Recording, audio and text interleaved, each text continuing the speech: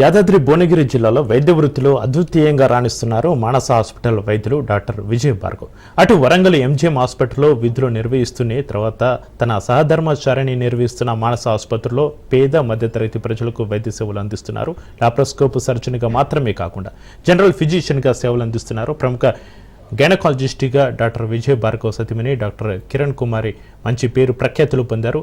పేద మధ్యతరగతి ప్రజలకు వైద్య సేవలు అందిస్తూ వారి మనసులలో స్థానం సంపాదించుకుంటున్నందుకు ఎంతో సంతోషంగా ఉందంటున్న డాక్టర్ విజయ్ భార్గవ్, డాక్టర్ కిరణ్ కుమార్లతో మా నల్గొండ ప్రతినిధి పుల్లారావు ఫేస్ టు ఫేస్.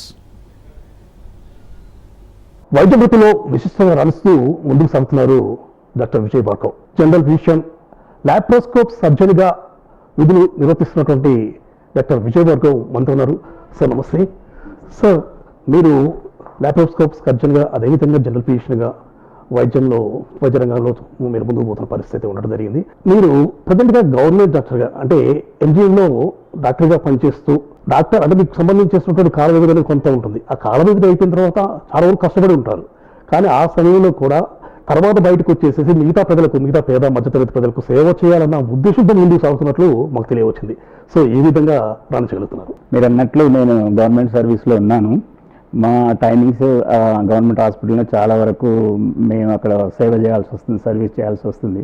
కానీ మాకున్న అవకాశం ఏంటంటే, ఇక్కడ లోకల్గా మేము పుట్టి పెరిగిన ప్రాంతం కాబట్టి ఇక్కడ పేద ప్రజలకే కావచ్చు, ఇంకా నా యొక్క వైద్య సర్వీస్ ఇవ్వగలను. ఎందుకంటే నేను 4-5 తర్వాత నా టైం వాళ్ళకి స్టిల్ నేను కేటాయించగలను. కాబట్టి నేను రిస్క్ తీసుకొని సాయంత్రం టైంలో మా పేషెంట్లకు వైద్య వృత్తిలో వాళ్ళకు తగిన ట్రీట్మెంట్ కానీ వైద్య సలహాలు కానీ ఇవ్వడానికి నేను నా వంతు కృషి చేస్తాను. ముఖ్యంగా భువనగిరి పట్టణంలో విజయ్ భార్గవ్ అంటే తెలియని వారు లేరు అని చెప్పేసి కూడా మాకు తెలుస్తుంది సార్. ఎందుకంటే ఎవరికి ఎలాంటి జబ్బులు వచ్చినా సరే తప్పనిసరిగా విజయ్ భార్గవ్ దగ్గరికి వస్తే మా జబ్బు అనేది నయమవుతుంది అన్నది మాత్రం ప్రజల్లో ఉండిపోయింది. సో ఈ విధంగా ప్రజల్లో ఈ విధమైనటువంటి భావనను నిర్వహించారు సార్. ఒక్కటి ఏంటంటే, నేను యొక్క ప్రజల యొక్క వాళ్ళ యొక్క కష్ట నష్టాలు నాకు చిన్నప్పటి సందే నేను ఈ పరిసర ప్రాంతాల్లో పుట్టి పెరిగిన కాబట్టి వాళ్ళ యొక్క సైకాలజీ నాకు తెలుసు. నేను ఇక్కడే దగ్గరనే ఉన్నటువంటి సర్వేల్ రెసిడెన్సీ స్కూల్లో నా చిన్నప్పటి ఎడ్యుకేషన్ జరిగింది. తర్వాత హైదరాబాద్కి వెళ్ళి మెడిసిన్ పోస్ట్ గ్రాడ్యుయేషన్ చేసినప్పటికీ మీ గ్రామీణ ప్రజల యొక్క వాళ్ళ ఎకనామిక్ స్టేటస్ తెలుసు, వాళ్ళ స్థితిగతులు తెలుసు, వాళ్ళు ఎలా వస్తారో హాస్పిటల్కి అనేది నాకు బాగా అర్థమైన విషయం. అందుకని ప్రతి ఒక్కరు ఎవరు వచ్చినా కూడా ధనం, వాళ్ళ రిచ్నెస్ కానీ వాళ్ళ క్లాస్తో సంబంధం లేకుండా నా వంతు వాళ్ళ యొక్క మెడికల్ ప్రాబ్లం ఏంటి దాన్ని అర్థం చేసుకొని నా వంతు వాళ్ళకు సాయం చేయడానికి ప్రయత్నిస్తున్నా. కాబట్టి ప్రజలకు కూడా నేను ఇంతకాలంలో నేను చాలా దగ్గర చేరువైనానని నేను అనుకుంటున్నాను. ఎంబీబీఎస్ అయిపోయిన తర్వాత అక్కడ ఎంబీబీఎస్ పట్టా ఉంది. దాని వెనక చూస్తే మాత్రం చాలా రకాల డిగ్రీలు ఉన్నాయి, చాలా డిగ్రీలు చేశారు. సార్, ఇట్స్ నాకు ఇంట్రెస్ట్. యాక్చువల్లీ ఎడ్యుకేషన్ అనేది నా ప్యాషన్. సో చిన్నప్పటి నుంచి నేను డాక్టర్ కావాలనేది నా కోరిక. సో నా education primary school, residency school అవగానే నేను ఇంటర్మీడియట్ హైదరాబాద్లో చేశాను. తర్వాత ఎంబీబీఎస్ సీటు నాకు ఉస్మానియా మెడికల్ కాలేజీలో వచ్చింది. ఎంబీబీఎస్ అక్కడ పూర్తి చేసిన తర్వాత నెక్స్ట్ పోస్ట్ గ్రాడ్యుయేషన్ నా ఇంట్రెస్ట్ అయిన subject surgery, MS general surgery చేశాను. తర్వాత నాకు ఎందుకు వరల్డ్లో ఫేమస్ అంటే పోస్ట్ గ్రాడ్యుయేషన్ ఫెలోషిప్ చేసుకోవాలంటే అందరికీ తెలుసు ఇంగ్లాండ్లో ఫేమస్ కాలేజెస్లో Edinburgh royal college of surgeons. So అక్కడ డిగ్రీ తీసుకోవాలనేది నా చిరకాల కోరిక. సో ఆయన సంహౌ ట్రై మై బెస్ట్. నేను చదువుకున్నాను. సో లండన్లోని ఎడింబరోలోని రాయల్ కాలేజ్ నుంచి FRCS డిగ్రీ తీసుకున్నాను. సార్, ఇంకో విషయం ఏంటంటే, మీరు లాప్రోస్కోప్ సర్జన్గా కూడా చేస్తున్నారు కదా. సో లాప్రోస్కోప్ సర్జన్గా చేస్తున్న మీరు యాక్చువల్గా బయట ప్రజలు ఎక్కువ శాతం ఇప్పుడు వైద్య రంగంలో ఒక రకమైన విధానం ఉంది. ఏంటంటే ఏమి అవసరం లేకున్నా కూడా ఆసుపత్రికి రాగానే ఏదో ఒకటి చెప్పాలి, మీకు ఆపరేషన్ చేయాలి, లేకపోతే మీకు అది కాదు ఇది కాదు అంటే మీ జీవితానికి చాలా ముప్పు వాటిల్లే అవకాశం ఉంటుందని చెప్పేసి కూడా చాలా మంది కూడా చెప్తున్నారు. అదేవిధంగా భ్రమ కూడా, అంటే ప్రజలకు కూడా అపోహ అనేది ఉన్నది. కానీ మీ దగ్గరికి వచ్చిన తర్వాత, బయటకు వెళ్ళి ఒక హాస్పిటల్లో చూయించుకున్న తర్వాత మీ దగ్గరికి వచ్చిన తర్వాత బయట డాక్టర్లు ఏం చెప్తారంటే, ఖచ్చితంగా మీకు సర్జరీ అవసరం, సర్జరీ చేయకపోతే మాత్రం మీ ప్రాణాలకు ముప్పు వాటిల్లే అవకాశం ఉందని చెప్తారు. కానీ మీ దగ్గరికి వచ్చిన తర్వాత మీరు పూర్తి స్థాయిలో మళ్ళీ ఆ యొక్క రోగిని మీరు పరీక్షించేసి కావాల్సిన అవసరం ఉంటే మీకు సంబంధించిన టెస్టులు చేసేసి అసలు ఆపరేషన్ అవసరం లేదు, మందుల ద్వారా కూడా నేను న్యాయం చేస్తాను అని చెప్పి చాలా మంది కూడా న్యాయం చేసినటువంటి విషయాలు కూడా ఉన్నాయి. సో దీన్ని ఏ విధంగా సార్? సార్ ముఖ్యంగా మనము ఆ వ్యక్తి యొక్క డిసీజ్ ప్రాసెస్ మనం అర్థం చేసుకోవాలి. కొన్ని కండిషన్స్ ఎలా ఉంటాయంటే దానికి సర్జరీ అవసరం పడవచ్చు, దాన్ని సర్జరీకి వెళ్ళే లోపల మనం సరైన మెడికేషన్ ఇస్తే ట్రీట్మెంట్ అంటే ప్రాబ్లం నయం కావచ్చు. అటువంటప్పుడు మనం ఏంటంటే మందులతో తగ్గట్లయితే మందులతోనే ఇచ్చి తగ్గించినట్లయితే పేషెంట్కి మనము హెల్ప్ చేసినట్టు అవుతుంది. ఎందుకంటే సర్జరీ చేసిన తర్వాత దాని కాన్సిక్వెన్సెస్ చాలా ఉంటాయి. సో అన్నెసరీ సర్జరీ చేయడం వలన యు ఆర్ హార్మింగ్ ద పేషెంట్కు ఒక రకంగా మనం న్యాయం చేయట్లేదు. సో అందుకని ఎప్పుడైనా పేషెంట్ ఎవరైనా చూడని కాక ఫస్ట్ నా దగ్గరికి వచ్చినప్పుడు నేను అసెస్ చేస్తాను, రియల్గా పేషెంట్కి సర్జరీ అవసరం ఉందా లేదా. అవసరం లేనప్పుడు నేను సర్జరీ వాళ్ళు ఎంత ఫోర్స్ చేసినా నేను సర్జరీ చేయను. వాళ్ళకి కన్విన్స్ చేసి సర్జరీ అవసరమా కాదా అని వాళ్ళకి కన్విన్స్ చేసి మెడిసిన్స్తో తగ్గట్లయితే నేను మెడిసిన్సే ఇచ్చి తగ్గించాలని నా వంతు ప్రయత్నం చేస్తాను. ఎందుకంటే ఎండ్ మనం పేషెంట్కు సర్వ్ చేయాలి కానీ మనకు పైసల కోసం మనం చేయకూడదు నా మోటం. హాస్పిటల్కు చాలా రకాలుగా వస్తుంటారు, ఎందుకంటే జనరల్ పేషెంట్గా ఉన్నారు కాబట్టి. సో జనరల్ పేషెంట్ దగ్గరికి వివరముంటుందో చాలా మంది కూడా వస్తున్నట్టు పరిస్థితి. కాకపోతే ఇటీవల కాలంలో బాగా ఏంటంటే హార్ట్ స్ట్రోక్స్ అనేవి చాలా ఎక్కువగా వస్తూ ఉండడం జరుగుతుంది. ఈ హార్ట్ స్ట్రోక్లు అనేది అంటే ఏజ్తో సంబంధం లేకుండా వస్తున్న పరిస్థితి ఉంది. ఈ విధంగా హార్ట్ స్ట్రోక్స్ రావడానికి గల కారణం ఏంటి? సార్ యాక్చువల్గా నేను బేసికల్గా ఫిజిషియనే కదా, మెయిన్గా నేను సర్జన్. అయితే నేను నా పర్స్పెక్టివ్ ఏంటంటే ఒకప్పుడు మీరు అన్నట్టు హార్ట్ స్ట్రోక్ అంటే ఒక 50 సంవత్సరాల తర్వాత ఏజ్ పైబడ్డ వాళ్ళకి మాత్రమే హార్ట్ స్ట్రోక్ వచ్చేది. అయితే ఇప్పుడు మారుతున్న పరిస్థితులను బట్టి యాక్టివిటీస్ సెడెంటరీ అంటే ఎక్సర్సైజ్ లేకపోవడం, మన తినే ఆహారంలో సరైన విధానాన్ని పాటించకపోవడం వలన అదే కాకుండా మన రీసెంట్గా వచ్చినటువంటి కోవిడ్ వలన, సో ఇవన్నీ రిస్క్ ఫ్యాక్టర్స్ మనకు హార్ట్ స్ట్రోక్స్ రావడానికి మెయిన్ కారణం. బికాజ్ మనకు యాక్టివిటీ లేనట్లయితే రకరకాల హైపర్ టెన్షన్ రావచ్చు, డయాబెటీస్ కానీ ఈ కొలెస్ట్రాల్ లాంటి సంబంధిత ప్రాబ్లమ్స్ వచ్చినప్పుడు ఇవన్నీ ఒకవేళ ఒక వ్యక్తికి ఉన్నటువంటితే ఆ వ్యక్తికి హార్ట్ స్ట్రోక్ వచ్చే అవకాశాలు ఎక్కువ ఉంటాయి. ఒక్కోసారి వీటి మీద ఒకవేళ ఎవరైతే ఉన్నారో ఒక జాగ్రత్త తీసుకోకపోయినట్లయితే సో ఈ హార్ట్ స్ట్రోక్స్ అనేది ఎక్కువగా వచ్చే అవకాశం ఉంది. అయితే మెయిన్గా జీవన శైలి స్ట్రెస్, ఒక ఎక్కువ స్ట్రెస్ ఉండడం వలన, సో ఇవన్నీ ఏంటంటే ఇవన్నీ కారణాల వల్ల మల్టిప్లై అయ్యి సో ఈ మధ్య కాలంలో ఈ హార్ట్ స్ట్రోక్స్ కానీ లేదనుకుంటే ఎమర్జెన్సీ లైఫ్ సిచ్యువేషన్స్ కానీ రావడానికి ముఖ్యమైన కారణం. సార్ ఇప్పుడు మీరు అన్నారు కోవిడ్ తర్వాత ఎక్కువగా వస్తున్నాయని చెప్పేసి, అయితే దీంట్లో ఇంకా ప్రజల్లో కూడా ఒక రకమైనటువంటి ఒక విధానం అయితే ఉండడం జరిగింది సార్. ముఖ్యంగా ప్రజలు కూడా చర్చించుకున్నారు, అదేవిధంగా దేశవ్యాప్తంగా కూడా ఇలాంటి చర్చ జరుగుతుంది. ఇప్పుడైతే ఈ కోవిడ్ వచ్చిపోయిన తర్వాత దానికి సంబంధించేసి కరోనాకు సంబంధించిన వ్యాక్సిన్స్ అనేవి వేసుకున్నారు.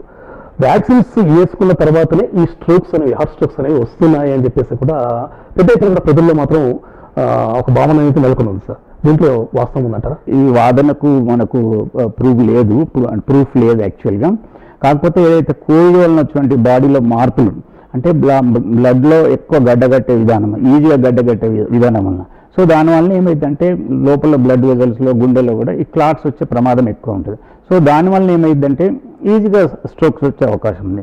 అయితే మీరు అన్నట్లుగా ఈ వ్యాక్సిన్ వలన ఈ ఎక్కువ ఈ హార్ట్ అటాక్స్ వస్తున్నాయి అని ఆ మధ్యకాలంలో మనకు లిటరేచర్లో కూడా వచ్చింది కానీ బట్ సైంటిఫిక్ ఎవిడెన్స్ అయితే సోఫార్ లేదు. బట్ ముఖ్య కారణం ఏంటంటే కోవిడ్ వలన వచ్చినటువంటి బాడీలో వచ్చిన రక్త ప్రసరణలో వచ్చిన గడ్డగట్టే విధానంలో వచ్చిన మార్పుల వల్లనే ఇప్పుడు ఎక్కువ కొంతమందిలో మనకు హార్ట్ స్ట్రోక్స్ చూస్తున్నాం. సార్ గతంలో చాలా కొద్ది మందికి మాత్రమే డయాబెటీస్ అనేది ఉండడం జరుగుతుంది. సో ప్రజెంట్గా చూస్తే మాత్రం వయసుతో సంబంధం లేదు, చిన్న వయసులో వాళ్ళకు టెస్ట్ చేసినా కూడా తప్పనిసరిగా అతను డయాబెటీస్ పేషెంట్స్గానే ఉన్న పరిస్థితి. ఈ డయాబెటీస్ అసలు రావడానికి కారణం ఏంటి? అగైన్ ఇప్పుడు మీకు ఈ హార్ట్ స్ట్రోక్ చెప్పినట్టుగానే ఇంతకుముందు కూడా ఎట్లా డయాబెటీస్ అంటే ఒక జెనెటిక్ బేసిస్ ఉండేది, అమ్మ నాన్నకు మనకు రిలేటివ్స్ ఉంటే పిల్లలకు కూడా వచ్చే అవకాశం ఉంది.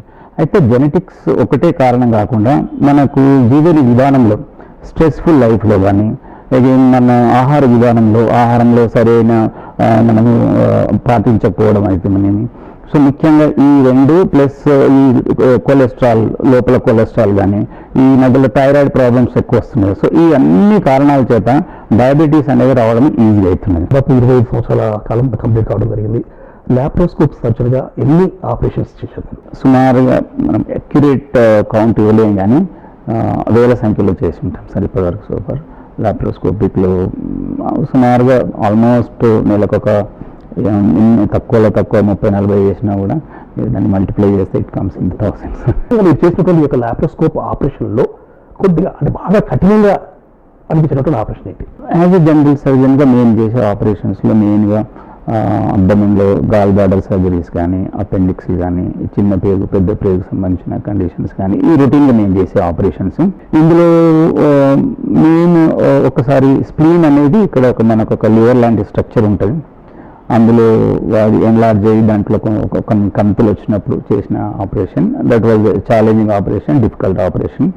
బట్ అది తప్ప మిగతా సుమారుగా మేము చేసే రొటీన్ ఆపరేషన్లో మా ప్రొఫెషనల్ కానీ ఛాలెంజింగ్ ఉన్నా కూడా బట్ మేము రొటీన్గా చేస్తాం. ముఖ్యంగా సార్ మీరు అంటే వైద్యవృత్తులకు చెప్పారు, గతంలో ఉస్మానియా చేశారు, తర్వాత ఎంజిఎం హాస్పిటల్లో ప్రజెంట్గా అయితే విధులు నిర్వహిస్తున్నారు.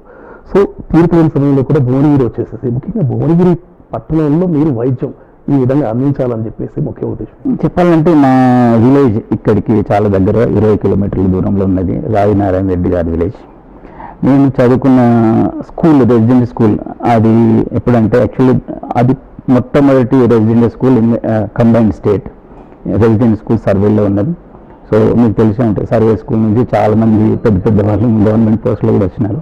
సో అక్కడ చదువుతున్నప్పుడే నేను డాక్టర్గా కావాలనే కోరికతో డాక్టర్ అయ్యాను.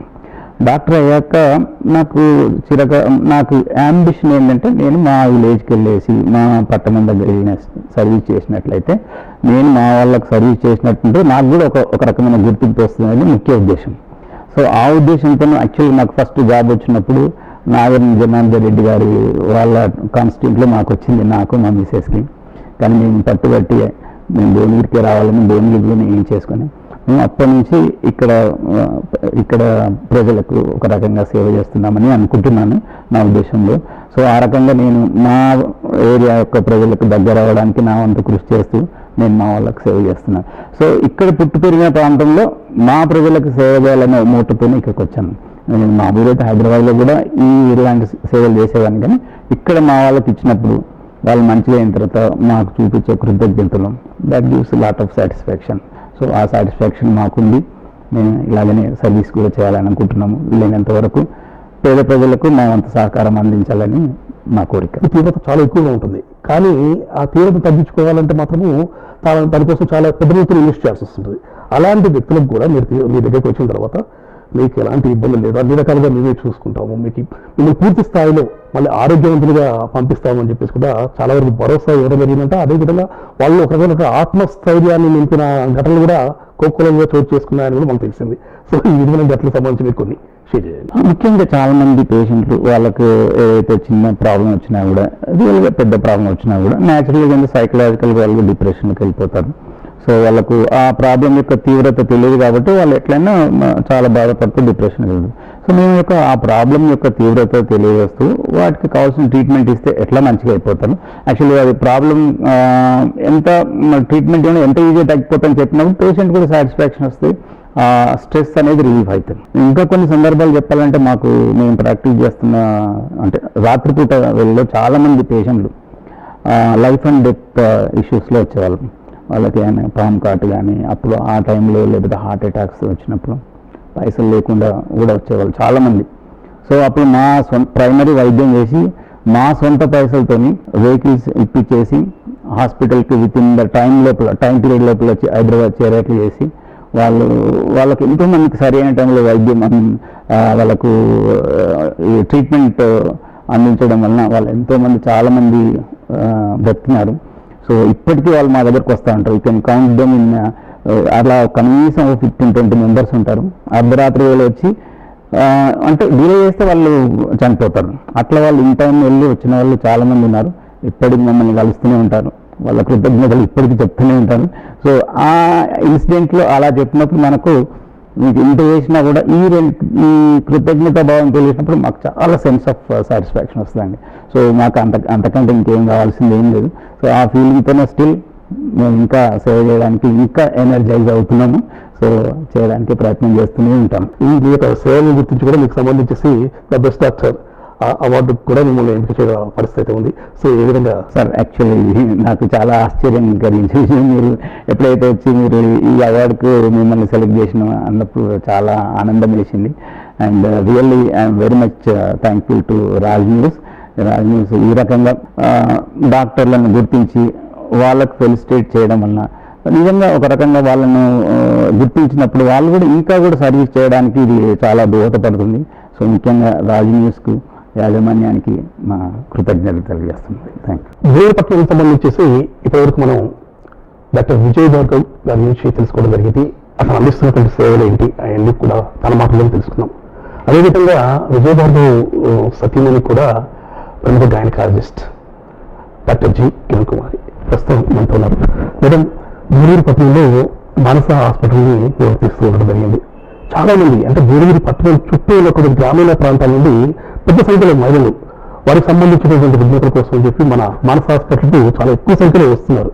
సో వారికి కావాల్సినటువంటి వైద్యాలు కూడా మీరు అందిస్తున్నారు. సో ఎక్కువ మంది మీ దగ్గరకు వస్తున్నటువంటి ఆ యొక్క పేషెంట్స్ ఏ ఎట్లతో మీ దగ్గరికి వస్తున్నారు? అంటే నేను గైనకాలజిస్ట్ కాబట్టి ప్యూర్గా నాకు ప్రెగ్నెంట్ పేషెంట్స్ వస్తారు, యాంటీనేటల్ పేషెంట్స్ వస్తారు, అట్లానే గైనిక్ ప్రాబ్లమ్స్ ఉన్న గైనిక్ పేషెంట్స్ కూడా వస్తారు, అట్లానే పిల్లలు కావాలనుకునే వాళ్ళకి ఇన్ఫర్టిలిటీ పేషెంట్స్ కూడా వస్తారు. ఇలా ఇంకా చిన్నపిల్లల్లో వాళ్ళకి ఒబేసిటీ ఉండి పీసీఓడి ఉండి అట్లాంటి ప్రాబ్లమ్స్ ఉన్న వాళ్ళు కూడా వస్తుంటారు. మెయిన్గా అయితే మెజారిటీ అయితే ప్రెగ్నెంట్ పేషెంట్స్ వస్తారు, యాంటీనేటల్ పేషెంట్స్. గ్రామీణ ప్రాంత ప్రజల్లో కూడా ముఖ్యంగా స్త్రీలలో ఈ పట్ల మంచి ఒక రకమైనటువంటి అభిమాన భావన చాలా ఎక్కువగా ఉందంట. ఎందుకంటే వారికి సంబంధించేసి ఇప్పుడు మీరు అన్నారు కదా గైనిక్ సమస్యలతో మా దగ్గరికి వస్తుంటారని చెప్పి. ఈ గైనిక్ సమస్యలు అనేవి ముఖ్యంగా ఇటీవల కాలంలో ఆడవాళ్ళు చాలా ఎక్కువగా వస్తున్నాయి. ఎందుకు ఈ గైనిక్ సమస్యలు రావడం ప్రధాన కారణం ఏంటి అంటే ఏం చెప్తున్నారు? అంటే ఇప్పుడు మెయిన్గా ప్రాబ్లమ్స్ వచ్చేటి ఏంటంటే గైనిక్ సంబంధించి బ్లీడింగ్ ప్రాబ్లమ్స్ ఎక్కువ ఉంటాయి. ఎక్కువ లేడీస్లో ఉండేవి గైనిక్ ప్రాబ్లమ్స్ అంటే ప్యూర్గా గైనిక్ సంబంధించినవి అయితే బ్లీడింగ్ ప్రాబ్లమ్స్ ఎక్కువ ఉంటాయి. దానికి సంబంధించి గర్భసంచిలో గడ్డలు ఉండొచ్చు, లేకపోతే ఓవరీస్లో ఏమైనా ప్రాబ్లమ్స్ ఉండొచ్చు, లేకపోతే మెయిన్గా వైట్ డిశ్చార్జ్ అట్లాంటి ప్రాబ్లమ్స్తో వస్తారు. ప్యూర్గా అయితే ఇవే ఎక్కువ ఉంటాయి, వాటికి సంబంధించిన వాళ్ళు ఎక్కువ వస్తుంటారు. ఇప్పుడు ఆపరేషన్ లేకుండా మాత్రం డెలివరీ జరిగిన పరిస్థితి నెలకొంది. సో ఎందుకు ఆపరేషన్ అవసరం అవుతుంది? అంటే యూజువల్గా ఏంటంటే ఇప్పుడు వాళ్ళు first of all late marriage చేసుకుంటున్నారు. మెయిన్ ప్రాబ్లం లేట్ మ్యారేజ్ చేసుకుంటున్నారు. సో వాళ్ళకి ఏంటంటే ఫర్టిలిటీ అనేది చాలా తక్కువ ఉంటుంది. సో వాళ్ళకి అంత ఈజీగా ప్రెగ్నెన్సీ కూడా రావట్లేదు అంతకు ముందులాగా. అంటే యాక్చువల్గా 20 to 25 years అనేది రీప్రొడక్టివ్ ఏజ్ ఉంటుంది మెయిన్గా. అది దాటిన తర్వాత చాలా మెజారిటీ పేషెంట్స్ అందరూ కూడా మెజారిటీ కూడా జనాలు 25 years క్రాస్ అయిన తర్వాత వాళ్ళు లైఫ్ సెటిల్ అయిన తర్వాత చేసుకోవాలనుకుంటున్నారు. అదే మెయిన్ ప్రాబ్లం. అది ప్రెగ్నెన్సీ రావడానికే చాలా కష్టపడుతున్నారు. సో వచ్చిన తర్వాత కూడా మళ్ళీ 1 or 2 children ఉండాలనుకుంటున్నారు. సో దానికి కూడా మళ్ళీ చాలా కాంప్లికేషన్స్ వస్తున్నారు. అంత ఈజీగా ప్రెగ్నెన్సీ వచ్చేసి నార్మల్ డెలివరీ అయిపోయేంత పరిస్థితులు చాలా తగ్గినాయి నేను చూసిన ఈ 20-25 yearsలో. ఒకప్పుడు చాలా యంగ్ ఏజ్లో మ్యారేజెస్ అయ్యేవి, ఇప్పుడు లేట్ మ్యారేజ్ వల్ల మెయిన్ ప్రాబ్లమ్స్ అవే వస్తున్నాయి. దాంతో వాళ్ళకి చిన్న ఫ్యామిలీ 1 or 2 ప్రెగ్నెన్సీ ఉంటున్నా కూడా ఎట్లన్నా సేఫ్గా ఉండాలి, బేబీ మదర్ సేఫ్గా ఉండాలనేది దాని మీద చాలా ఇన్సిస్ట్ చేస్తున్నారు పేషెంట్స్ కూడా. నార్మల్ డెలివరీ అంటే కూడా ఎక్కువసేపు మనల్ని చూడనివ్వట్లేదు. సో మా ట్రయల్ అంటే ఇప్పుడు normal delivery suppose first pregnancy అనుకోండి, నార్మల్ డెలివరీ కావాలంటే 2-3 days పడుతుంది ప్రాసెస్ స్టార్ట్ అయిన నుంచి డెలివరీ. అంతవరకు పేషెంట్స్ ఓపిక కూడా ఉండట్లేదు. సో వాళ్ళకి వచ్చే కాంప్లికేషన్స్ కూడా అట్లా ఉంటున్నాయి. సో నా ప్రెగ్నెన్సీలోని డయాబెటీస్ అయినా కానీ బీపీ సంబంధించినవి కానీ బ్లీడింగ్ ప్రాబ్లమ్స్ కానీ అట్లాంటివి చాలా అప్పుడు చూసిన దానికంటే ఇప్పుడు చాలా ఎక్కువ అనిపిస్తున్నాయి. మరి లేటర్ మ్యారేజ్ అయితేనేమో పేషెంట్స్ బేబీస్ కూడా కొంచెం అనామలీస్ ఉండడము అట్లాంటివి కూడా జరుగుతున్నాయి. సో వాళ్ళు చాలా కాన్షియస్ అవుతున్నారు, ఈవెన్ డాక్టర్ కూడా కాన్షియస్ అవుతున్నారు. సో అది కండిషన్. అంటే మాకు అంత ఫ్రీగా వెళ్ళట్లేదు పేషెంట్స్ కూడా. వాళ్ళు కూడా చాలా క్రాస్ క్వశ్చన్స్ చేస్తున్నారు మమ్మల్ని. సో ఏ చిన్న ప్రాబ్లం ఉన్నా కూడా వాళ్ళు అంత ఈజీగా తీసుకోవట్లేదు ఇప్పుడు. సో ఒకప్పుడు మేము ఎంత ఎక్స్ప్లెయిన్ చేసినా చాలా క్రిటికల్ పేషెంట్స్ అయినా కూడా మేము ఎక్స్ప్లెయిన్ చేస్తే ఓకే అనేవాళ్ళు. ఇప్పుడు అట్లా చేయట్లేదు వాళ్ళు మన హాస్పిటల్ ఇంకో హాస్పిటల్ వెళ్ళి ఒపీనియన్ తీసుకోవడము, ఏదో ఒకటి మనం నార్మల్ డెలివరీకి ఎందుకు ఏదో ఒకటి తొందరగా చేసేసుకుని బేబీ సేఫ్ ఉండాలి మనకి అని సర్జరీస్ చాలా మంది అట్లా చేస్తున్నారు. దాంతో కొంతమంది ఏమో పెయిన్స్ బేర్ చేయడానికి ఇష్టపడట్లేదు. సో వాళ్ళ బాడీ కూడా అట్లా సహకరించట్లేదు. వాళ్ళు ఎక్కువ శాతం కూర్చుని ఉండే జాబ్స్ చేయడం వల్ల స్ట్రెస్ఫుల్ కండిషన్స్లో ఉంటున్నారు. వాళ్ళు కూడా 24 hours జాబ్ చేయడం, స్ట్రెస్లో ఉండడం అట్లా ఉండడం వచ్చేసరికి వాళ్ళకి నార్మల్ డెలివరీ అయ్యేవి కూడా చాలా తక్కువ అయిపోయింది ఫ్రీక్వెన్సీ. సో వాళ్ళు కూడా ఆపరేషన్ చేయమని ఎక్కువ చూపుతున్నారు. అయినా కూడా మేము చాలా వరకు నార్మల్ డెలివరీ అవ్వాలనే వాళ్ళకి చాలా కౌన్సిలింగ్ చేస్తాము. వచ్చే వాళ్ళు అవుతుంటారు. ఇక వాళ్ళకి అవ్వలేదు ఇంకా ప్రాబ్లం ఏమైనా అవుతుందేమో, బేబీకి ఏమైనా ప్రాబ్లం అవుతుందని సిజేరియన్కి ఎక్కువ ఛాన్స్ ఇస్తున్నారు. మళ్ళీ కొన్ని అయితే మోటం పెట్టుకుని వస్తున్నారు డైరెక్ట్ వాళ్ళే. డైరెక్ట్ వాళ్ళే మొత్తం పెట్టుకుని వచ్చి ఈ టైంకి పలానా టైంకి చేసేయాలి, ఈ గంట సేపులో చేసేయాలి అని అట్లా వస్తుంటారు. మేము చేయము అంటే ఇంకా వేరే హాస్పిటల్కి వెళ్తుంటారు. సో అట్లా కొన్ని చేయవలసి వస్తుంది. అట్లా కొంచెం రేట్ అనేది పెరిగింది. సిజేరియన్ అనేది కంట్రీ వైడ్ పెరిగింది. సో దాన్ని గవర్నమెంట్ కూడా కొంచెం తగ్గించాలని ట్రై చేస్తున్నారు. మేము కూడా దానికి చాలా ట్రై చేస్తున్నాం. అదేవిధంగా మేడం, యాక్చువల్లీ మీరు చెప్పిన స్పెషల్ ప్రకారంగా కాకపోతే భువనగిరి దాని చుట్టుపక్కల ప్రాంతాల ప్రజలు మాత్రం నార్మల్ డెలివరీ కావాలి అంటే తప్పనిసరిగా కూడా డాక్టర్ కిరణ్ కుమార్ గారి దగ్గరికి వెళ్ళాలి. తనైతేనే నార్మల్ డెలివరీ చేయగలుగుతుంది. అంటే ఆపరేషన్స్కి మ్యాక్సిమం ఆపరేషన్ అవాయిడ్ చేస్తుంది. సో ఇప్పుడు మీరు ఇందాక చెప్పారు, చాలా వరకు వాళ్ళకు అవేర్నెస్ తీసుకొస్తున్నాము, ఈ విధంగా ఉండాలి, ఈ విధంగా ఉండాలని చెప్పేసి. సో మీరు చాలా మంది అవాయిడ్ చేస్తున్నారని చెప్పారు, కానీ చాలా మంది మాత్రం మీ దగ్గరికి వచ్చేసి మీ దగ్గరే నార్మల్ డెలివరీ పొందాలని కూడా వస్తున్నట్టుగా మాకు తెలియవస్తుంది. సో మీరు వాళ్ళకి ఇచ్చినటువంటి సలహాలు సూచనలు ఏ విధంగా ఉన్నాయి? అంటే ఏ విధమైనటువంటి సలహాలు సూచనలు ఇస్తే వాళ్ళు ఈ విధంగా వస్తున్నారని చెప్పి మేము అనుకోవచ్చు. అంటే అసలు ప్రాసెస్ ఏంటి, అసలు నార్మల్ డెలివరీ ప్రాసెస్ ఏంటని మేము చాలా ఎక్స్ప్లెయిన్ చేస్తాం. వాళ్ళకి ఎక్స్ప్లెయిన్ చేసినట్టు వాళ్ళకి కూడా ఒక అవగాహన వస్తుంది. సో సరే ఈ టైం పడుతుంది, కొంచెం ఎక్కువ పెయిన్స్ వచ్చినప్పుడు రావాలి అనేది మేము చాలా కౌన్సిలింగ్ చేస్తాము. అట్లా వచ్చిన వాళ్ళు దాదాపు నార్మల్ డెలివరీ అయిపోతారు వాళ్ళు. సో అవ్వని వాళ్ళు ఏమో టెన్షన్ పడి లేకపోతే ఇంకా వాళ్ళకి ఇంకేమో రాంగ్ గైడెన్స్ ఎవరైనా ఇస్తే అట్లా ఏమైనా చేస్తే కూడా కొంతమంది పేషెంట్ కొంచెం స్లిప్ అవుతుంటారు. కానీ సాధ్యమైనంత వరకు నార్మల్ అవ్వడానికి మేము చాలా వరకు ట్రై చేస్తాం. చూస్తే డాక్టర్ విజయవర్ధన్ గారు చాలా బిజీ పర్సన్. తను కూడా ఎందుకంటే తను ప్రముఖ లాప్రోస్కోప్ సర్జన్గా అదేవిధంగా పొజిషన్గా చేస్తున్నారు. ఇదే సమయంలో మీరు గైనకాలజిస్ట్గా కూడా ఈ విధంగా ఇక్కడ హాస్పిటల్ కంటిన్యూ చేస్తూ ఉండగలిగింది.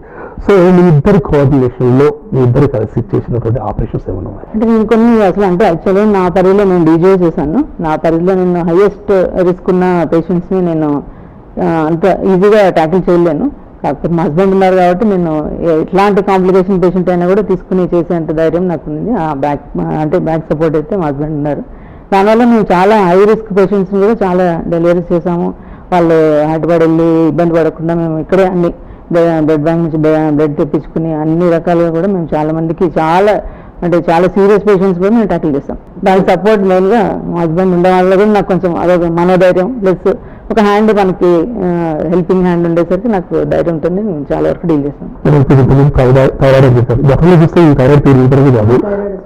కాదు ఇప్పుడు ఎవరి దృష్టి కూడా థైరాయిడ్ అసలు థైరాయిడ్ రావడానికి కారణం ఏంటి? థైరాయిడ్ మెయిన్ ప్రాబ్లం ఒబేసిటీనే. ఈవెన్ 15 to 16 years ఆ ఏజ్ పిల్లలు కూడా 70-80 kgs ఉంటున్నారు. సో న్యాచురల్గా వచ్చేస్తుంది, అది న్యాచురల్గా కొన్ని డిసీజెస్ వచ్చేస్తాయి. సో నేను చూస్తున్న దాంట్లో అయితే main obesity.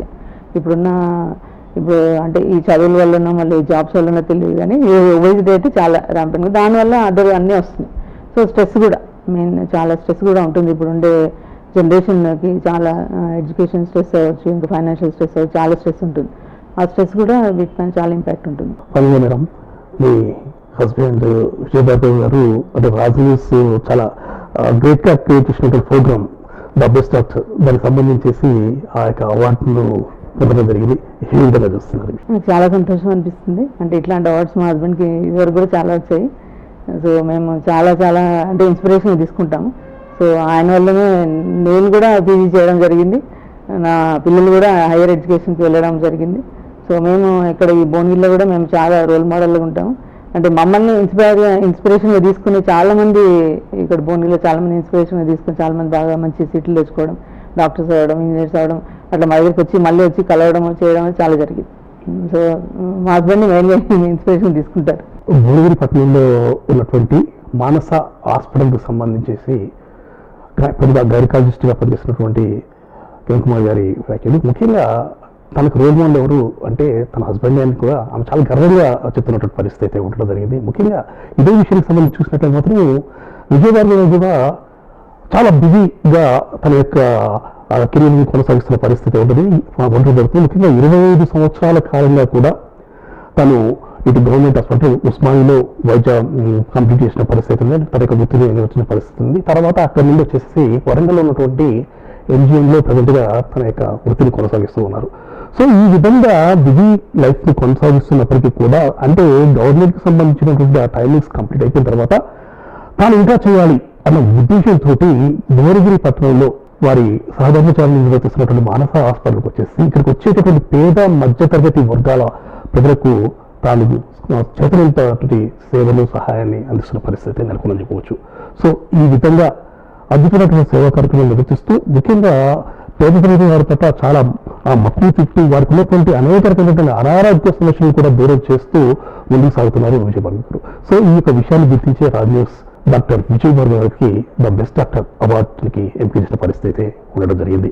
So best doctor అవార్డును గెలుచుకున్నటువంటి డాక్టర్ విజయ్ భార్గవ్ గారికి రాజ్ న్యూస్ తరఫున ప్రత్యేకమైనటువంటి అభినందనలు తెలియజేస్తూ ఉన్నాం.